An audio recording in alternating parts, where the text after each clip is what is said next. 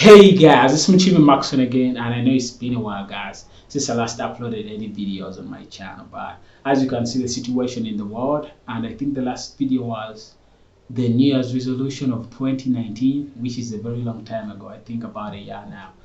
So as you saw in the video, I'm gonna be showing you and telling you why I switched from a Windows laptop, a actually very good Windows laptop, to a MacBook or an Apple laptop. So as you can see the situation in the world, I would like to appreciate all the people that have worked so hard to see that they work on the situation to get better, and Google and everyone who have volunteered and done all the work to see that they better the situation. And let's take a second for all the people that have lost their lives in this situation, and hopefully things will get better with time. Time fixes everything.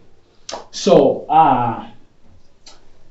what you see right here, this is a 2017 MacBook Pro, the one I bought to replace my Windows laptop.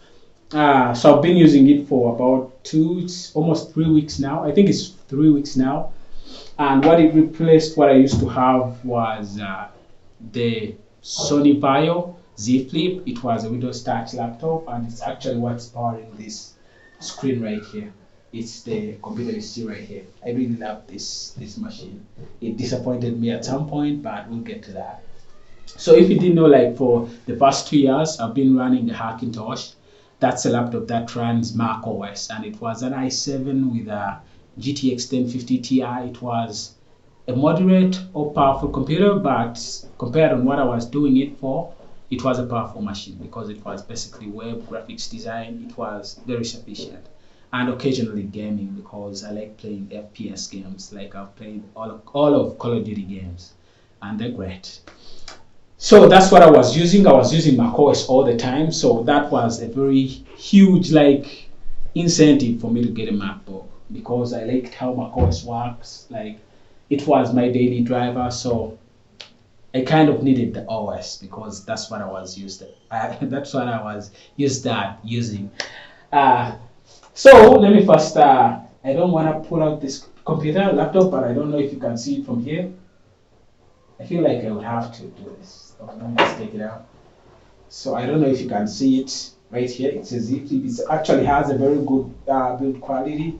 It's aluminum on top and plastic on the bottom, and aluminum right here. The keyboard was decent, but as you can see, it was a touch screen that was all-in-one laptop, because it could transform into a tablet, but it was a huge tablet.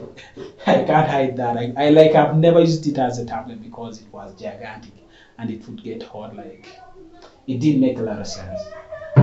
So the reason why it disappointed me is because the hinge broke entirely. So it's it wasn't usable anymore. And forgive me about the noise, the kids on the block down there playing. And it actually empowers me to see that kids are still playing in this situation. It's like people have not given up yet. So I'm sorry about the noise, but I'm glad that it's there, because it shows that the world is still inspired and it's still going on no matter what's happening. So as you can see, this laptop right here, it broke the hinges, and we tried to fix it because all of my brothers are these geeks of a sort that can fix stuff, but they failed to fix it because the top part is heavier than the bottom part. And besides that, it's a very good laptop. It was an i7 with 8 gigs of RAM and a 500 gig hard drive. I think that was the downfall, the hard drive. It was kind of slow in loading times, but in performance overall, it would get the task done. So going back to the reasons besides the build quality why I chose the MacBook Pro. First and foremost, was the build quality. It was this laptop is built like a tank. The hinges feel firm and they move fluidly, and the build quality is just one piece of aluminum.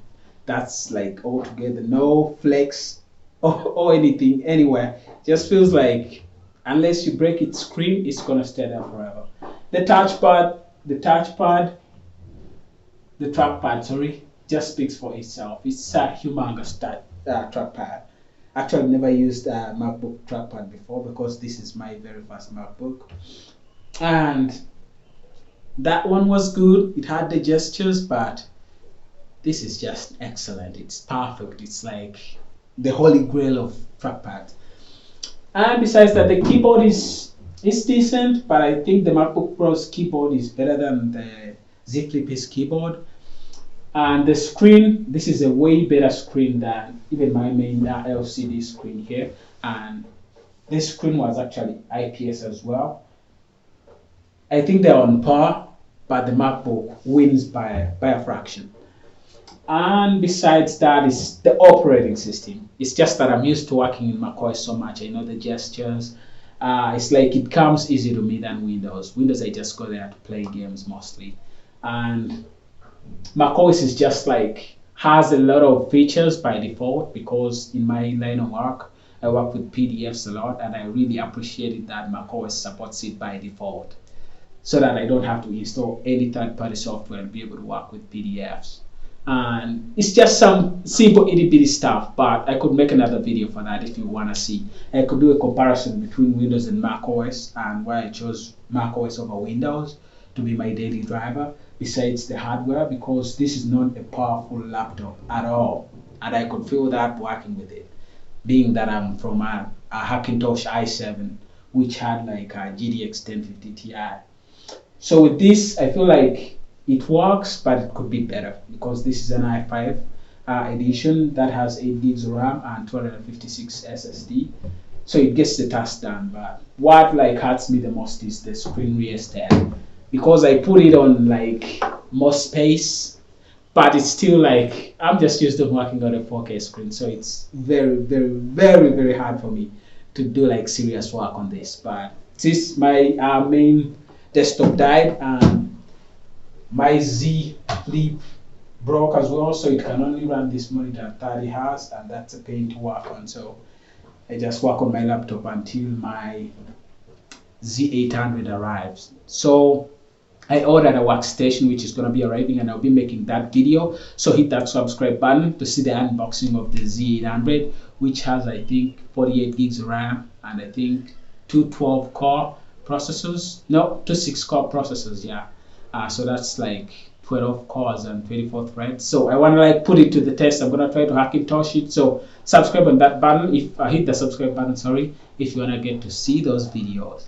And it wouldn't hurt to leave suggestions down below for any test you would like. If you wanna see like hardware comparison between the MacBook and the Z Flip, or if you just wanna see the software side of it,